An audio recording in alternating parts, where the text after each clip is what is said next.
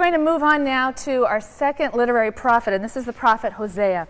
He was a native of the northern kingdom. So Amos and Hosea you're going to associate with the Assyrian crisis, and they are prophets of the northern kingdom of Israel.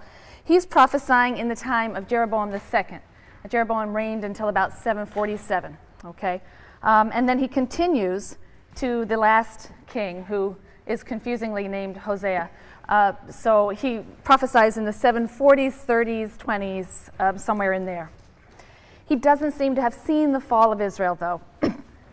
Now, Hosea is considered by many to be the most difficult of the prophetic books. The Hebrew is very difficult, and it sometimes seems rather garbled. It's very hard to render it intelligibly. But structurally, we can divide the book into two main sections. Chapters 1 to 3 have a certain coherence to them, and then chapters 4 through 14. 1 to 3 tells of the prophet's marriage to a promiscuous woman named Gomer. His marriage is a metaphor for Israel's relationship with God. And these chapters also contain an indictment or a lawsuit. Remember this Reeve form, lawsuit form. We're going to see it both in Hosea and Isaiah today. Then chapters 4 through 14 contain oracles primarily. Oracles against the nations, but also against the kingdom of Israel.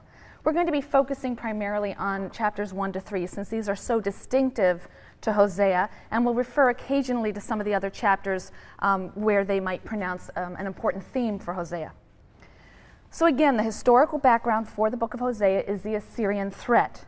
The Assyrians are wiping out a number of the smaller states in the ancient Near East, the middle of the 8th century, and Israel obviously could not be far behind. And the line that was taken by Hosea was to condemn the attempts that were made by various kings, by Israel's kings, to withstand defeat or to avoid defeat at the hands of Assyria. If Assyria was going to conquer Israel, Hosea said, then it was God's just punishment. And to fight against it, to fight against the inevitable, was simply another kind of rejection of God, another rejection of his plans and purpose. It demonstrated a lack of trust or faith in the power of God. Hosea 10, verse 13, spells out the disastrous consequences of trusting in human power or foreign alliances rather than trusting in God. And this is a theme that we'll see occurring again and again. Hosea 10:13. You have plowed wickedness, you have reaped iniquity, and you shall eat the fruits of treachery, because you relied on your way, on your host of warriors. He was suggesting inaction. Now that surely would have been viewed by the king and the court as against all reason. But this was Hosea's insistence. Israel was faced with a choice. In whom should she place her trust? In God or in human leaders and their armies? Hosea 1:7 goes so far as to suggest that actually the moment of decision has passed for the northern kingdom. There's still some hope for the southern kingdom, but the northern kingdom has obviously made its choice, and it was the wrong choice. Hosea says that God says, I will no longer accept the house of Israel or pardon them, but I will accept the house of Judah, and I will give them victory through the Lord their God. Right? Victory through the Lord their God. I will not give them victory with bow and sword and battle, by horses and riders. Right? If you think that's what gives you victory, you're mistaken. Some see that verse as perhaps a later interpolation into Hosea has such a positive assessment of the southern kingdom. But there is this sense of impending disaster that resonates throughout the book of Hosea. Chapter 8, verse 7, they sow wind and they shall reap whirlwind, standing stalks devoid of ears and yielding no flower. If they do yield any, strangers shall devour it. Israel is bewildered. So the catastrophe is unavoidable.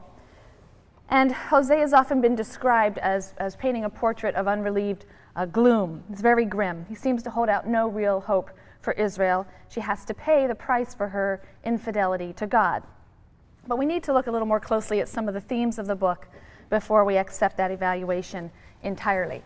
And I think the one overarching theme that helps us organize most of the material in the book of Hosea, and one that shows its deep indebtedness to or interconnectedness with the book of Deuteronomy, is the theme of covenant, particularly Deuteronomy's notion of covenant. So I've put covenant at the top there, and we see this theme being played out in several different ways. The first I've just discussed, as Yahweh's covenant partner, as the vassal of the covenant partner, Yahweh, the sovereign, Israel should be placing her confidence entirely in Yahweh. Any foreign alliance, any alliance with Egypt against Assyria, for example, is against the terms of that covenant, that exclusive treaty between God and Israel. And she should not be relying on her military might, but relying on the sovereign, the suzerain. So anything short of complete trust in Yahweh's power to save the vassal Israel is a violation of the terms of the covenant. So we see it in the notion of confidence, exclusive confidence and trust in God and his power. A second way in which the theme of covenant is expressed is found in Hosea's denunciation of social injustice and moral decay, and of course this is a theme that's common to the prophets. Here he follows Amos. But he's now the first to couch his charge in the form of this formal reeve or lawsuit, in which God is said to bring a charge against Israel for violating the terms of the covenant, for breach of covenant. This happens in chapter 4. The first 3 verses of chapter 4, Israel's charged. And Hosea employs language that deliberately invokes the Decalogue. Hear the word of the Lord, O people of Israel. For the Lord has a case, a lawsuit, against the inhabitants of this land, because there is no honesty and no goodness and no obedience to God in the land. False swearing, dishonesty, and murder, and theft, and adultery are rife, right? Picking out key terms from the Decalogue. False swearing, murder, theft, and adultery, which of course occur in a threesome in the Decalogue. Crime are rife. These things are rife. Crime follows upon crime. For that the earth is withered, everything that dwells on it languishes. Beasts of the field and birds of the sky, even the fish of the sea, perish. Unlike Amos, Hosea also engages in a prolonged or sustained condemnation of Israel's religious faithfulness, which is figured in terms of adultery. And so here again, the theme of covenant is dominant and organizes the prophet's presentation. To represent Israel's faithlessness, he invokes other types of covenantal relationships as metaphors, most notably the metaphor of marriage. Marriage can be referred to as a brit, as a covenant between a husband and wife, and so it's an appropriate metaphor. And we see it primarily in chapters 1 through 3. He addresses the relationship between Yahweh and Israel through the metaphor of marriage, and Israel is the unfaithful, adulterous wife. He describes in lurid terms her lecherous addiction to images and idols, her adulterous worship of Baal. He points to the nation's leaders and their failures, the kings and the priests, their failure to prevent the people's waywardness, their debauchery. The first chapter is reported in the third person, and this contains God's command to Hosea to marry a promiscuous woman as a symbol of God's own marriage with a faithless wife, Israel. Go get yourself a wife of whoredom and a children of whoredom, for the land will stray from following the Lord. So he marries this woman named Gomer, and she bears 3 children who have very inauspicious names. These names are symbolic of God's anger over Israel's religious infidelity. Jezreel because God plans to punish Jehu for his slaughter of the house of Ahab. Even though Ahab was no favorite of God, you still should not raise your hand against the Lord's anointed. And so Ahab will have to be avenged. Jehu will have to be punished at Jezreel, which is where the murder happened. Lo ruchama, which means not loved, not forgiven, because God will no longer love or forgive or pardon the house of Israel. And the third child's name is Lo ami, not my people, a sign that God has dissolved the covenant bond. He's rejected Israel as his people, divorced Israel. There really could be no more stark and shocking denial of the covenant than this. Chapter 3 contains a Hosea's first person account of God's command to him. There it said that God commands him to befriend, although he seems to hire, a woman on condition that she not consort with others. The woman again symbolizes Israel, who's brought into an exclusive relationship that requires her to remain faithful to one party, in contrast to her customary behavior. And then sandwiched between chapter 1 and chapter 3, both of which have the accounts of these relationships that are metaphors for God and Israel's relationship, sandwiched between them is the almost schizophrenic chapter 2. it contains, again, this sustained, violent, very violent account on the faithless wife, on faithless Israel, and God's formal declaration of divorce. She is not my wife, and I am not her husband. This would affect a divorce, the statement uttered by a husband. We have that in verse 4. And yet, this chapter also contains a very gentle and very loving portrait of reconciliation. And it's in that portrait of reconciliation that we see another aspect of the covenant concept emerge, an aspect that was, again, most pronounced in the book of Deuteronomy. As Israel's covenant partner, God loves Israel, and he actually longs for her faithfulness. This steadfast covenantal love, one of the words that's used repeatedly is chesed, but it refers to a special kind of steadfast love, loyal love. This covenantal love will reconcile God to wayward Israel, just as Hosea is reunited or reconciled with his faithless wife. And the prophet imagines a return to the wilderness. And, God is imagining it would be wonderful if we could return to the wilderness and covenant again. And this time it would be a permanent and eternal marriage. And the 3 children who were cast off at birth, they will be redeemed and accepted by their father. Those are some of the ideas contained in this passage. This is Hosea 2, verses 16 to 25, the reconciliation. Assuredly, I will speak coaxingly to her and lead her through the wilderness and speak to her tenderly. I will give her her vineyards from there and the valley of Achor as a plowland of hope. And there she shall respond as in the days of her youth when she came up from the land of Egypt. So the period of the Exodus and wandering is romantically imagined and as this time of a very good and close relationship between God and Israel. And in that day you will call me Ishi, and no more will you call me Baali. This is a pun.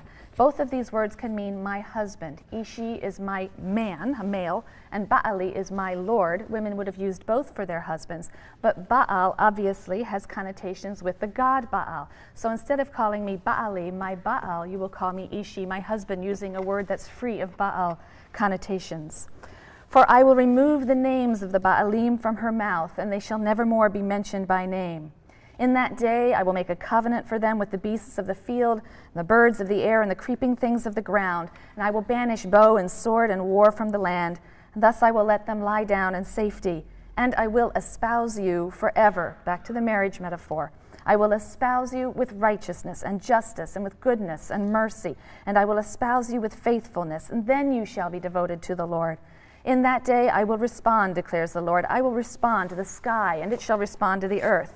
And the earth shall respond with new grain and wine and oil, and they shall respond to Jezreel, the first of the children. I will sow her in the land as my own. Jezreel was a fertile valley, not just a place of war and death.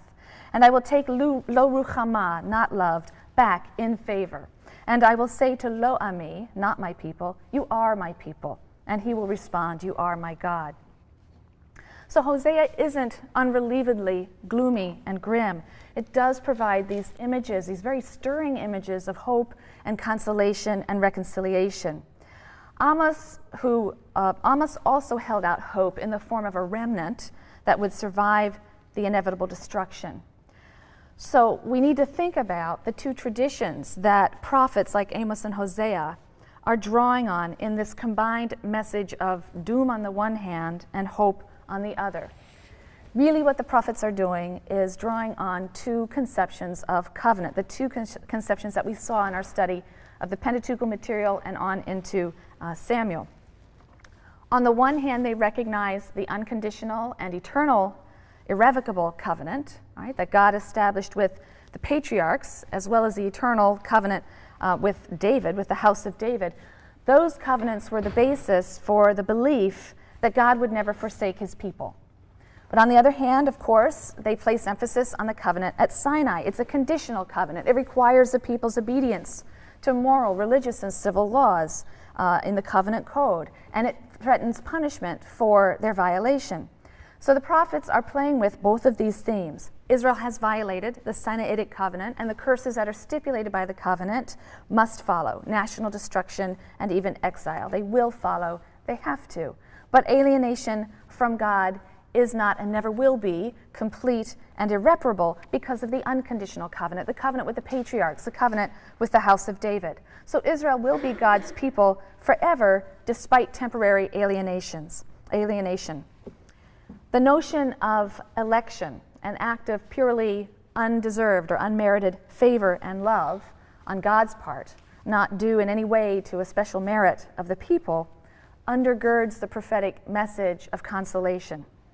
And Hosea paints a very poignant and moving portrait of this special and indissoluble love that God bears for Israel. And in doing so, he draws on a second metaphor. So we've had the metaphor of husband and wife, which is a kind of covenantal relationship. We also have the metaphor of parent-son, which can also be understood in terms of a covenant with obligations. All right? The parent-son relationship entails loyalty and love, but also obligation. One of the obligations that is understood to fall on the parent is the obligation of disciplining a rebellious or ungrateful child while never forsaking that child. So that's a model that works very well with the prophetic message. Hosea 11, 1 through 4, and then skipping to verses 8 through 9. I fell in love with Israel when he was still a child, and I have called him my son ever since Egypt. Thus were they called, but they went their own way. They sacrificed to Baalim and offered to carved images. I have pampered Ephraim, another name for Israel, right? Ephraim. I have pampered Ephraim, taking them in my arms, but they have ignored my healing care. I drew them with human ties, with cords of love, but I seemed to them as one who imposed a yoke on their jaws, though I was offering them food. How can I give you up, O Ephraim? How surrender you, O Israel? How can I make you like Admah, or render you like Zeboim, other foreign places? I have had a change of heart. All my tenderness is stirred. I will not act on my wrath, will not turn to destroy Ephraim, for I am God, not man, the Holy One in your midst. I will not come in fury. So you have these alternating passages of violent rejection and tender love and reconciliation. And with these alternating passages, the prophet is able to capture or convey a passionate struggle taking place in the heart of God. Right? They're giving us that passionate, emotional portrait of God. It's the struggle of a lover who's torn between his jealous wrath and his undying love. And it's a struggle that is won ultimately by love, because God cannot let Israel go. We're going to see that each of the prophets we look at holds these two covenantal ideas in tension, and they will emphasize one or the other depending on the particular situation, the particular historical situation. Sometimes when it's a time of relative ease or comfort, then the prophet emphasizes the violations of the Sinaitic covenant, the punishment that will inevitably come for these violations, and they'll downplay God's eternal commitment to his people. But in times of despair and suffering and destruction, then the prophet may point out that violations of the covenant were the cause of the distress, but they will emphasize God's undying love for Israel and hold out hope, therefore, for a better future. Now we're going to leave the northern prophets and move to southern prophets. Isaiah is the longest prophetic book. The interpretation of many passages in the book of Isaiah as symbolic references to Jesus make it one of the most quoted books of the Bible by Christians. Isaiah was a contemporary of Amos and Hosea, right? Second half of the 8th century. He was active for a little bit longer period. He was active into about the 690s, somewhere in there. But he prophesied in the southern kingdom of Judah when the Assyrian Empire threatened and destroyed the northern kingdom, right? The northern kingdom falls 722. And then, of course, was threatening Judah. So he's active for over 50 years, and he counsels Judah's kings. He counsels them through 2 sieges. I've listed these for you. The siege of 734, where he counsels King Ahaz, and then the siege of 701, where he counsels his son, Hezekiah, or Hezekiah. Okay? Give you a little bit of a historical background to these sieges so you understand them, but those are the main dates that can help orient your approach to Isaiah. We have excellent evidence, by the way, for all of these events in the Assyrian sources and also archaeological finds. The archaeological finds show destruction, by the Assyrians at the places that we believe were destroyed at the times they were destroyed. But this is what happened. In 734, You have the Assyrians, who at this time are under Tiglath-Pileser, and they're extending their control through the region. So they're coming from the northeast. So first they're going to hit Aram in Syria, and then advance on the northern kingdom of Israel. So Aram and Israel join together in an alliance. They're trying to resist the advancing Assyrians. Judah refused to join the alliance. All right, the southern kingdom refused. So, in anger, Aram and Israel move south and lay siege to Jerusalem. So the first siege, the siege of 734, is actually a siege of Jerusalem by the northern kingdom of Israel in alliance with the Arameans. They were trying to force Judah's cooperation in standing against Assyria. King Ahaz of Judah, decided to appeal to Assyria for help, to Tiglath-Pileser for help. He submits to the Assyrians as a vassal. He pays tribute. We have a record of the tribute that was paid in the Assyrian records in 734. And this action is condemned by the biblical writers. The Deuteronomistic historian in 2 Kings 16 condemns this action. Isaiah also condemns it. So Judah has made itself vassal to Assyria. And this is the case until Ahaz's son Hezekiah decides that he will assert the nation's independence.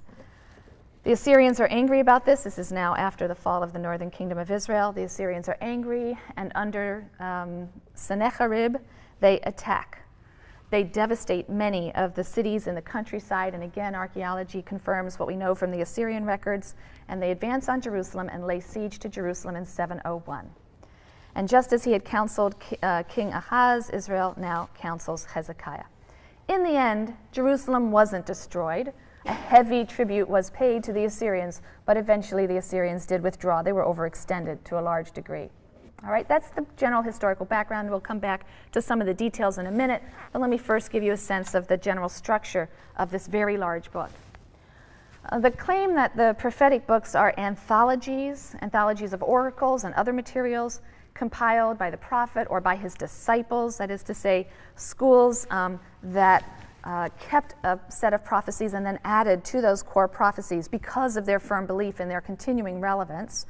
That portrait of the anthological nature of prophetic books is really demonstrable in the book of Isaiah. I've put the basic structure up there for you. The first 11 chapters contain memoirs. Chapter 1 sets out some of the basic themes of Isaiah, but we have a lot of first-person narrative. Then we have various oracles against Israel. Some of this material refers to the attacks on Jerusalem, especially the siege of 701. And there seems to be a kind of concluding hymn in chapter 12. We then have about 11 chapters of oracles against foreign nations. That's a form that we also saw in Amos and Hosea, denouncing foreign nations, from chapters 13 to 23. I'm skipping over chapters 24 to 27. They are a little apocalypse, a sort of mythological vision of the end of days, and that probably dates to a much later time, the 6th century. That was the time in which the apocalyptic genre was really developing. So we skip over that. We don't think of that as associated with the historical Isaiah, and move on to chapters 28 to 33.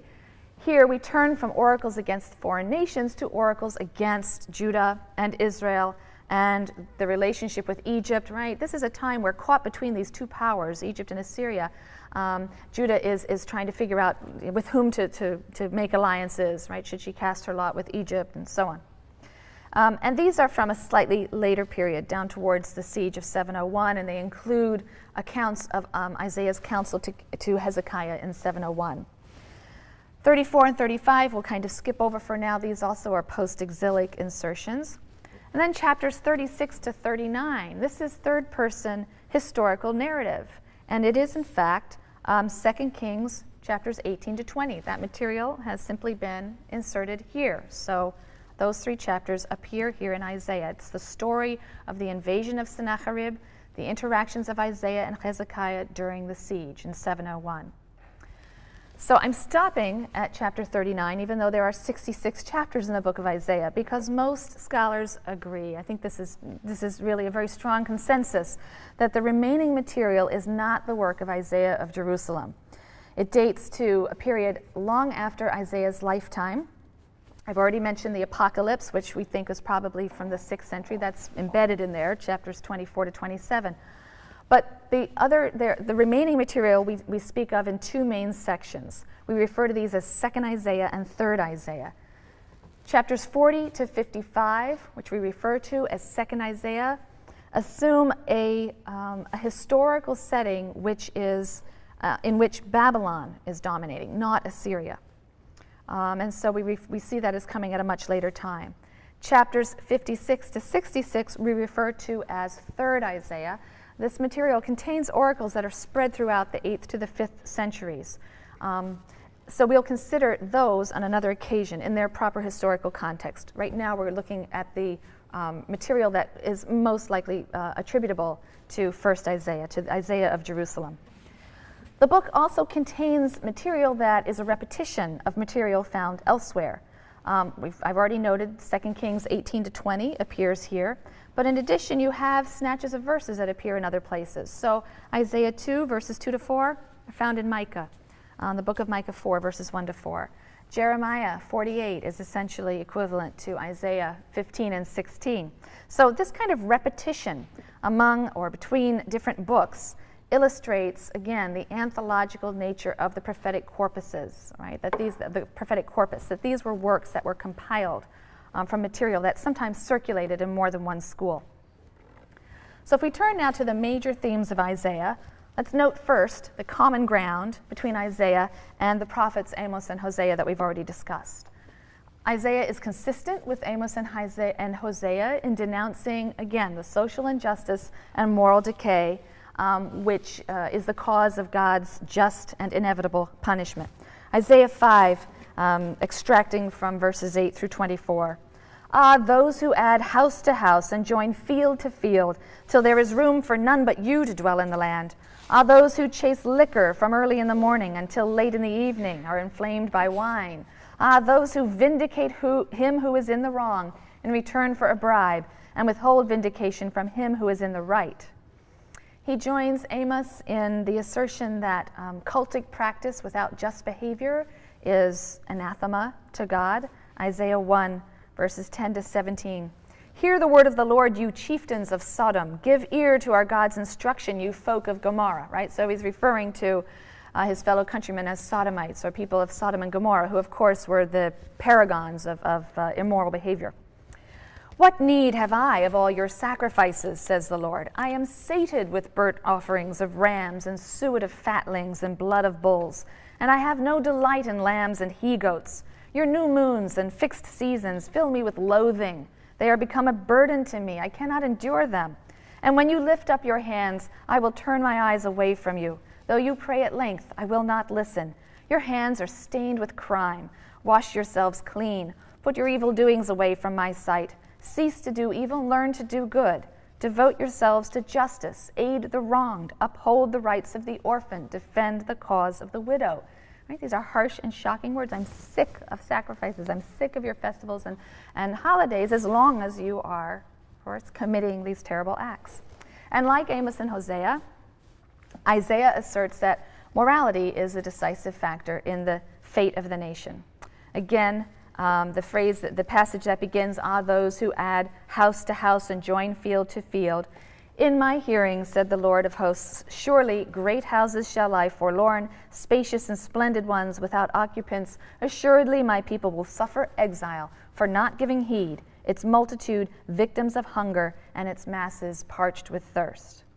So there are, of course, some commonalities, but Isaiah differs from Amos and Hosea in this. He places far greater emphasis on the Davidic Covenant than on the Mosaic Covenant. This is a key feature of Isaiah.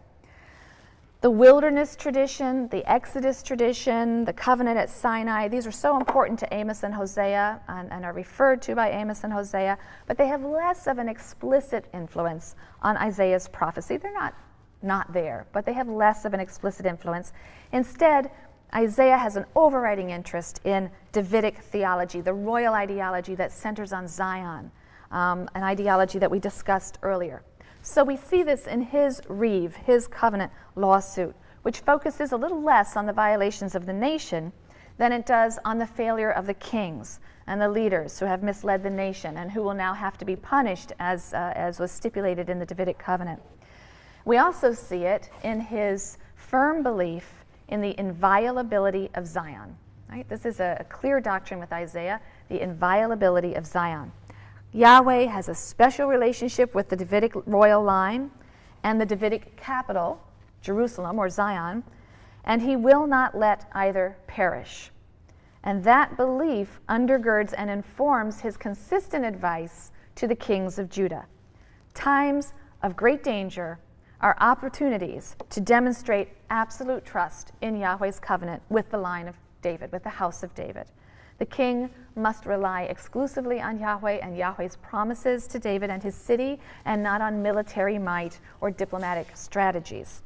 So if we look at Isaiah's dealings with King Ahaz, right, the first siege in 734, this is described in Isaiah chapters 7 and 8. Isaiah, who also has children with portentous names, this is a fad, I guess, among the prophets, his children's names are Only a Remnant Will Survive and Hasten for Spoil, Hurry for Plunder, which indicates the destruction and exile. So he goes to visit the king. And his advice to the king is, be quiet and do not fear, chapter 7, verse 4, the crisis will pass. 7, verse 9, if you will not believe, surely you shall not be established. This is an evocation of Zion theology. God is in the midst of the city. That means the Lord of hosts is with the people. Isaiah then offers Ahaz a sign of the truth of his prophecy. And that is, namely, that a young woman who has conceived will bear a son and will call him Emmanuel.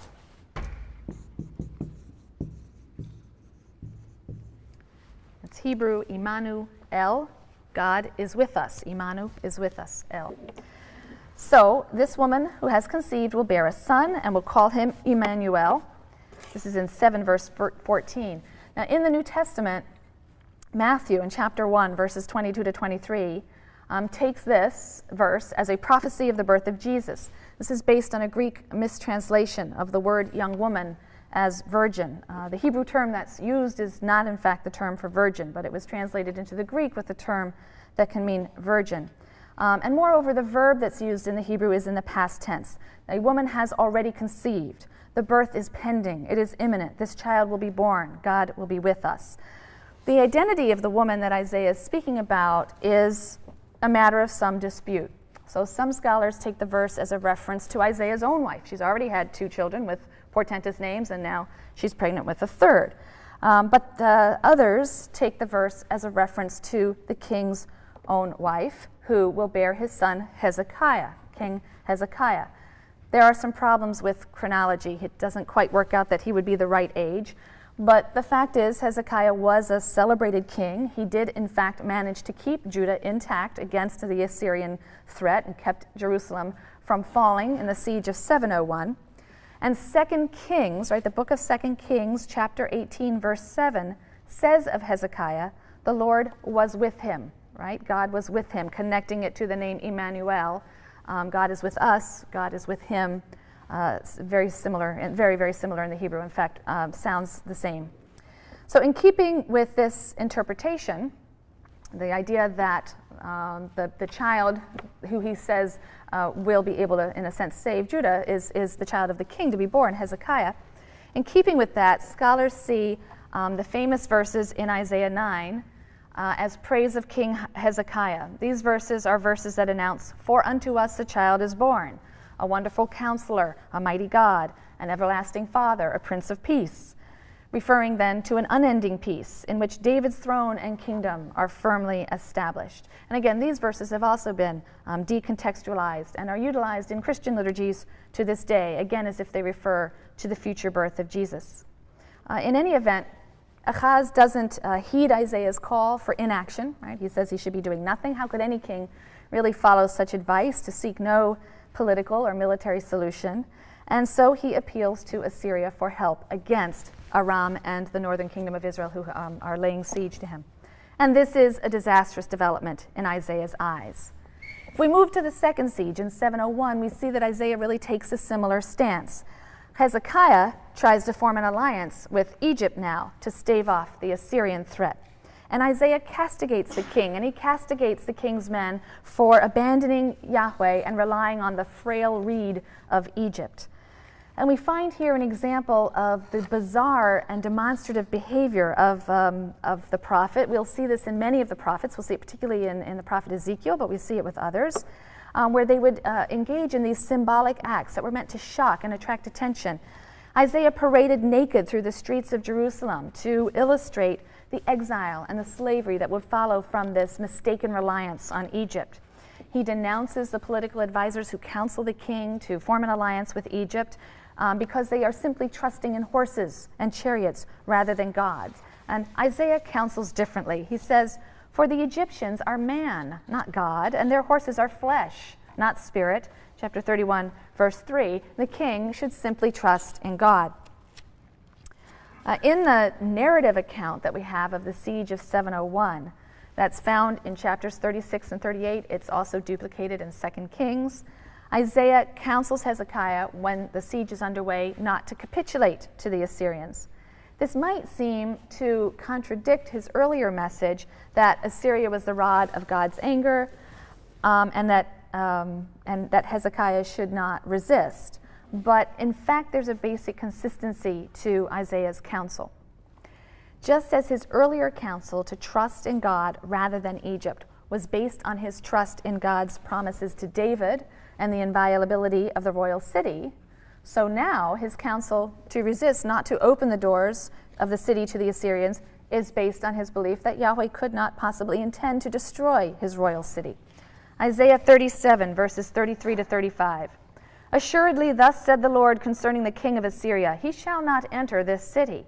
He shall not shoot an arrow at it, or advance upon it with a shield, or pile up a siege mound against it. He shall go back by the way he came. He shall not enter this city, declares the Lord. I will protect and save this city for my sake and for the sake of my servant David." Right? Again, for the sake of the Davidic Covenant.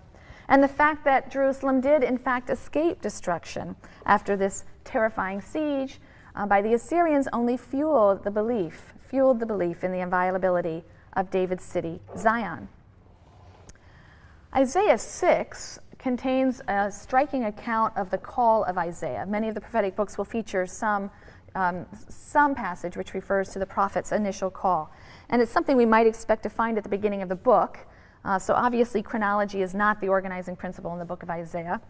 But I want to draw your attention to God's extraordinary message to Isaiah at the time of his call or commission.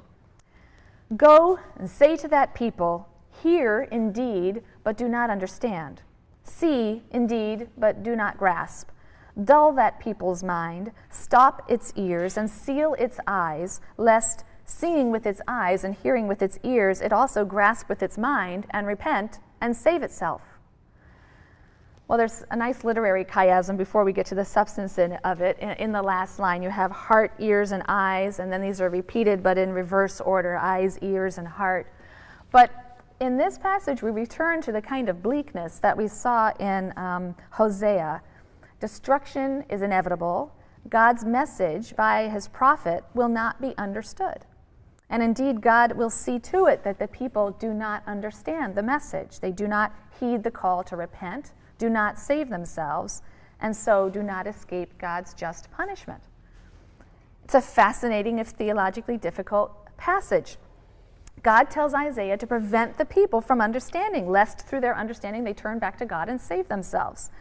And again, we see God, or perhaps his prophet, caught in the tension between God's justice and God's mercy. As a God of justice, he must punish the sins of Israel with destruction. He indicated he would do so in the covenant, and he must be faithful to those terms. But as a God of mercy, he wishes to bring his people back. He wishes to send them a prophet to warn them of the impending doom and urge them to repent so that he can forgive them and renounce his plan of destruction. Yet how can he both punish Israel and so fulfill the demands of justice, and yet save Israel and so fulfill the demands of mercy and love? Verses 12 and 13 in chapter 6 answer this question with an idea that we've seen a little in Amos and Hosea. When Isaiah asks how long the people will fail to hear, fail to understand, to turn back to God and save themselves, God replies, "Till towns lie waste without inhabitants and houses without people, and the ground lies waste and desolate. For the Lord will banish the population, and deserted sites are many in the midst of the land. But while a 10th part yet remains in it, it shall repent. It shall be ravaged like the terebinth and the oak, of which stumps are left even when they are felled, and its stump shall be a holy seed. So God will punish. God cannot not punish Israel. And so the demands of justice will be met, and God will have upheld the terms of the conditional Mosaic covenant. But God will at the same time effect the salvation of his people in the future. He has sent a prophet with the call to return, and in due time a remnant of the people, a 10th, Isaiah says, will understand and heed that call. They will receive God's mercy, and the covenant will be reestablished. And in this way the demands of love and mercy will be met, and God will have been faithful to his covenantal promise to the patriarchs and the royal house of David. The people's delayed comprehension of the prophet's message guarantees the operation of God's just punishment now and his merciful salvation later.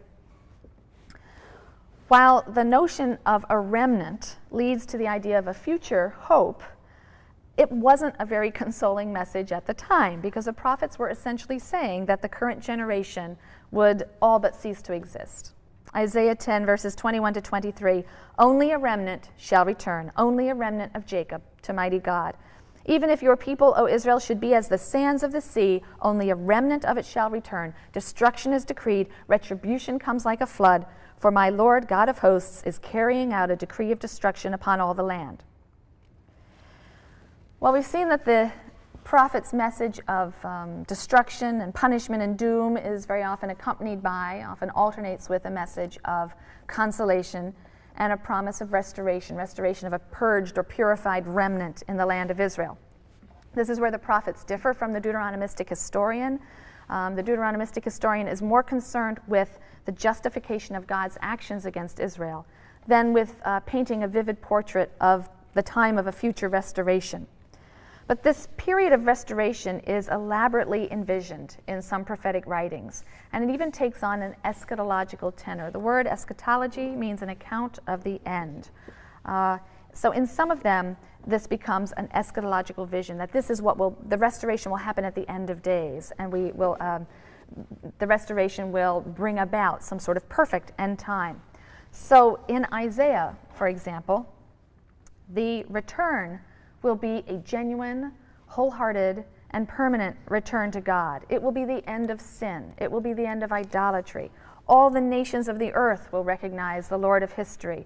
A new epoch will open in world history. It's an enormous transformation. And Isaiah is the first to envisage this kind of transformation, the end of the dominion of idolatrous nations.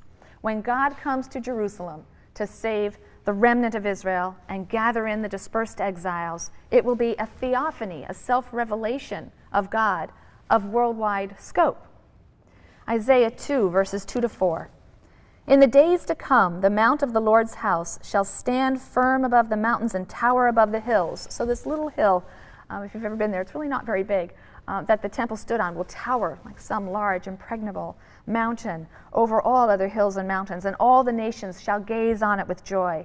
And the many peoples shall go and say, come, let us go up to the mount of the Lord, to the house of the God of Jacob, that he may instruct us in his ways, and that we may walk in his paths. For instruction, Torah, shall come forth from Zion, the word of the Lord from Jerusalem. And thus he will judge among the nations and arbitrate for the many peoples. And they shall beat their swords into plowshares and their spears into pruning hooks. Nation shall not take up sword against nation. They shall never again know war. Note this, the direction that Israelite thought is taking. The J source in Genesis assumed that all humans had knowledge of Yahweh from the time of creation. And remember that that was one of the distinctive traits of J as opposed to P, for example. They assumed, however, that humans turned from Yahweh. So Yahweh selected one nation to know him and covenant with him. The book of Deuteronomy accepts that Yahweh is Israel's God. Other nations have been assigned to the worship of other gods, and that's just fine. But in classical prophecy, universal claims are made on behalf of Yahweh. According to the prophets, God will make himself known to all the nations, as he once did to Israel. and the universal worship or recognition of Yahweh will be established at the end of days. This is a very different idea. And so, as a consequence of this idea, the very notion of Israel's election is transformed by the prophets. In the Torah books, the election of Israel means simply God's undeserved choice of Israel as the nation to know him and bind itself in covenant to him. But in the prophetic literature, Israel's election is an election to a mission.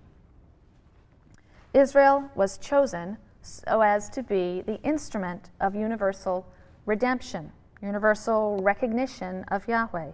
When God comes finally to rescue the Israelites, he will simultaneously reveal himself to all of humankind. They'll abandon their idols, they'll return to him, a messianic period of peace will follow. And eventually, we're going to see the idea that the mission for which Israel was elected was to become a light unto the nations. This is a phrase that we're going to see in other parts of Isaiah, Isaiah 49, Isaiah 51, later. The royal ideology of Judah plays an important role in the eschatological vision of Isaiah because this new, peaceful, righteous kingdom is going to be restored by a Davidite. It's going to be restored by a king from the branch of Jesse. David's father's name was Jesse, so when you say the branch from the stump of Jesse, then you're referring to a Davidite. Isaiah 11 refers to the restoration of the Davidic line, which implies that it had been temporarily interrupted. So Isaiah 11 may be post-exilic. It may date from a time when people were hoping for a Messiah to arise and restore the line of David. Isaiah 11, verses 1 to 12 and 16. But a shoot shall grow out of the stump of Jesse, a twig shall sprout from his stalk. The Spirit of the Lord shall alight upon him, a spirit of wisdom and insight, a spirit of counsel and valor, a spirit of devotion and reverence for the Lord. He shall sense the truth by his reverence for the Lord. He shall not judge by what his ears perceive. Thus he shall judge the poor with equity and decide with justice for the lowly of the land.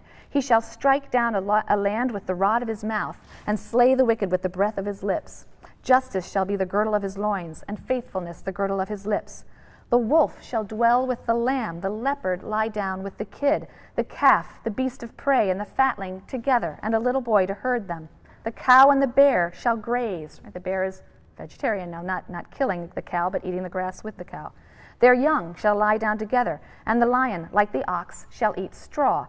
A babe shall play over a viper's hole, and an infant pass his hand over an adder's den. Right? The hostility, the animosity between humans and serpents or snakes, which was decreed at the fall, and the expulsion from Eden, is reversed in this end time. Right? This is a return to the situation in paradise. In all of my sacred mount, nothing evil or vile shall be done, for the land shall be filled with devotion to the Lord as water covers the sea.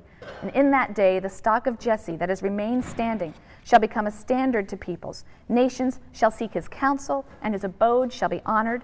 In that day, my Lord will apply his hand again to redeeming the other part of his peoples from Assyria, as also from Egypt, Pathros, Nubia, Elam, Shinar, Hamat, and the coastlands. Thus there shall be a highway for the other part of his people out of Assyria, such as there was for Israel when it left the land of Egypt.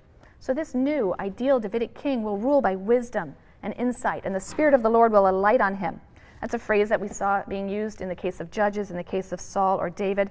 It doesn't refer to military might and strength here. It refers to counsel and a spirit of devotion to God. And this king's reign will begin an ingathering of the exiles of the nation and a transformed world order. So, to conclude, Isaiah is typical of the prophetic reinterpretation of the ancient covenant promises, giving Israel a hope for a better, ideal future. And like the other prophets, he declared that the nation was in distress, not because the promises weren't true, but because they hadn't been believed. The nation's punishment was just a chastisement. It wasn't a revocation of the promises. The prophets pushed the fulfillment of the promises beyond the existing nation, however. It's only after suffering the punishment for the present failure would a future redemption be possible. So the national hope was maintained, but pushed off to a future day. All right, we'll deal with some more prophetic books when we come back. Please be sure to take the handouts in the box at the side of the room. And these chapters also contain an indictment or a lawsuit. Remember this reeve form, lawsuit form. We're going to see it both in Hosea and Isaiah today. Then chapters 4 through 14 contain oracles primarily. Oracles against the nations, but also against the kingdom of Israel. We're going to be focusing primarily on chapters 1 to 3 since these are so distinctive to Hosea, and we'll refer occasionally to some of the other chapters where they might pronounce an important theme for Hosea. So again, the historical background for the book of Hosea is the Assyrian threat. The Assyrians are wiping out a number of the smaller states in the ancient Near East, the middle of the 8th century, and Israel obviously could not be far behind. And the line that was taken by Hosea was to condemn the attempts that were made by various kings, by Israel's kings, to withstand defeat or to avoid defeat at the hands of Assyria. If Assyria was going to conquer Israel, Hosea said, then it was God's just punishment. And to fight against it, to fight against the inevitable, was simply another. And I think the one overarching theme that helps us organize most of the material in the book of Hosea, and one that shows its deep indebtedness to or interconnectedness with the book of Deuteronomy, is the theme of covenant, particularly Deuteronomy's notion of covenant. So I've put covenant at the top there, and we see this theme being played out in several different ways. The first I've just discussed, as Yahweh's covenant partner, as the vassal of the covenant partner, Yahweh, the sovereign, Israel should be placing her confidence entirely in Yahweh. Any foreign alliance, any alliance with Egypt against Assyria, for example, is against the terms of that covenant, that exclusive treaty between God and Israel. And she should not be relying on her military might, but relying on the sovereign, the suzerain. So anything short of complete trust in Yahweh's power to save the vassal Israel is a violation of the terms of the covenant. So we see it in the notion of confidence, exclusive confidence and trust in God and his power. A second way in which the theme of covenant is expressed is found in Hosea's denunciation of social injustice and moral decay, kind of rejection of God, another rejection of his plans and purpose. It demonstrated a lack of trust or faith in the power of God. Hosea 10, verse 13, spells out the disastrous consequences of trusting in human power or foreign alliances rather than trusting in God. And this is a theme that we'll see occurring again and again. Hosea 10:13. You have plowed wickedness, you have reaped iniquity, and you shall eat the fruits of treachery, because you relied on your way, on your host of warriors. He was suggesting inaction. Now that surely would have been viewed by the king and the court as against all reason. But this was Hosea's insistence. Israel was faced with a choice. In whom should she place her trust? In God or in human leaders and their armies? Hosea 1:7 goes so far as to suggest that actually the moment of decision has passed for the northern kingdom. There's still some hope for the southern kingdom, but the northern kingdom has obviously made its choice, and it was the wrong choice. Hosea says that God says, I will no longer accept the house of Israel or pardon them, but I will accept the house of Judah, and I will give them victory through the Lord their God. Right? Victory through the Lord their God. I will not give them victory with bow and sword and battle, by horses and riders. Right? If you think that's what gives you victory, you're mistaken. Some see that verse as perhaps a later interpolation into Hosea has such a positive assessment of the southern kingdom. But there is this sense of impending disaster that resonates throughout the book of Hosea. Chapter 8, verse 7, they sow wind and they shall reap whirlwind, standing stalks devoid of ears and yielding no flower. If they do yield any, strangers shall devour it. Israel is bewildered. So the catastrophe is unavoidable. And Hosea has often been described as painting a portrait of unrelieved gloom. It's very grim. He seems to hold out no real hope for Israel. She has to pay the price for her infidelity to God. But we need to look a little more closely at some of the themes of the book before we accept that evaluation entirely. We're going to move on now to our second literary prophet, and this is the prophet Hosea. He was a native of the northern kingdom. So Amos and Hosea you're going to associate with the Assyrian crisis, and they are prophets of the northern kingdom of Israel.